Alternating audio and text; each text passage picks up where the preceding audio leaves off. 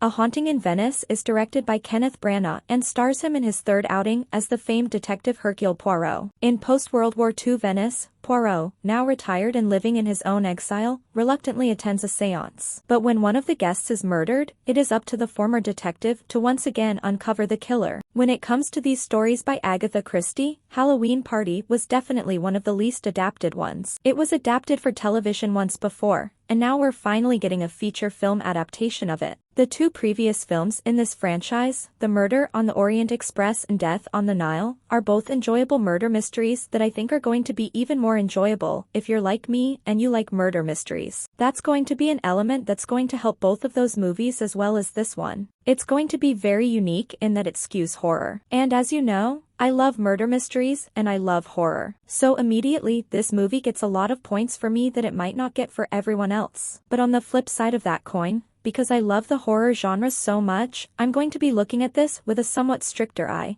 and I'm going to be looking at the scares and the way they're set up with a little bit of reservation because the genre is so important to me. What Branagh gets right is the same thing he got right in the first two movies, the character. He's excellent as Poirot. In fact, I would love to see even more movies with him as this character because he's just so likable and charismatic. He brings so much to every line, and he really is the reason to watch all three of them. But just like with the previous two, he's assembled another excellent cast, Michelle Yeoh being a standout. She's terrific in the seance scene, and I've seen a lot of seances in movies. And this one has a very unique way of approaching it, particularly in the camera work, but also in Michelle Yeoh. She's fantastic during that sequence. Tina Fey gets a chance to do something totally different here in a completely non-comedic role. She plays an author who sees the chance to write a non-fiction book about all of this. The majority of the action this time around takes place entirely inside this house. Granted, it's a massive, gigantic house, but still, it feels claustrophobic because you rarely ever go outside.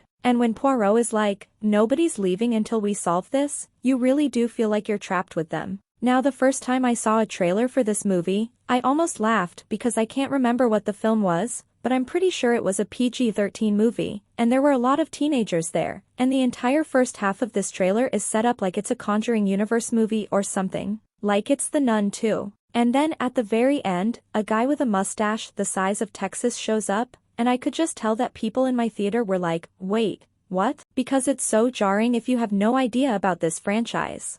Which makes me think that the film might have a hard time attracting an audience, because I think the majority of the audience for these movies skew older, and older audiences aren't that interested in a movie called A Haunting in Venice. This poster isn't helping either. And a younger audience who sees that trailer and poster is going to think, "What is this, like a Blumhouse movie with a dude with a massive mustache?" And so it feels like it's kind of conflicted about what its audience is, but that's not really the movie's fault. It's kind of just my thoughts on how it might be perceived at the box office. Because I feel like anybody's grandma might go see a Hercule Poirot movie, but anybody's grandma might also need some explanation when you say, "Hey, grandma, do you want to go see A Haunting in Venice?" Unless your grandma is like fucking awesome, which would be cool, but I think most older audiences are going to need a little explanation when you tell them that's the title of the movie. And the horror aspect of this movie is probably its weakest, unfortunately. Because of things that didn't feel like they were there in the moment, there's a good amount of tension, and Branagh's Dutch angles that didn't really work for me in his Thor movie work much better here in a film like this. This isn't exactly his first foray into horror.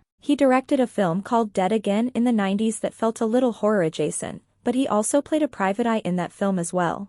As I said at the beginning, this movie is going to get extra points for me because of the fact that it has horror elements and it's a murder mystery. These things are always going to work for me if they're done well, and I think they are done mostly well here. Where the disappointment came in was the way he crafted his scares. I think the most fascinating aspect of the movie is taking this character and making him question his beliefs, because he walks in thinking like, "This is bullshit, you know what I mean? Like ghosts aren't real, this isn't real, and I'm going to prove all of you wrong." But when he sees things that he can't quite explain, that's when the movie gets really interesting because it challenges him. So, I do think that this film does better things for his character, but I think that the murder mystery element of the other two films was better. So let me know what you thought of A Haunting in Venice, if you end up seeing it. Guys, thank you so much as always for watching.